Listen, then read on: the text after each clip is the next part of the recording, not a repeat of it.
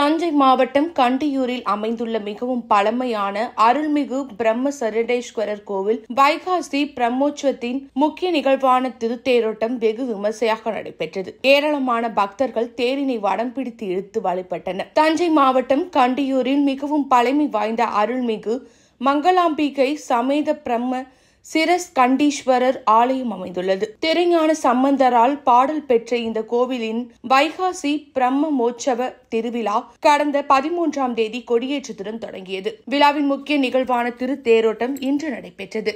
மங்களாம்பிகை சமேத பிரம்ம சிர கண்டீஸ்வரர் திருத்தேரில் எழுந்தருளி பக்தர்களுக்கு காட்சி அளித்தனர். ஏராளமான பக்தர்கள் திருத்தேரினை வடம் பிடித்து இழுத்து வழிபட்டனர்.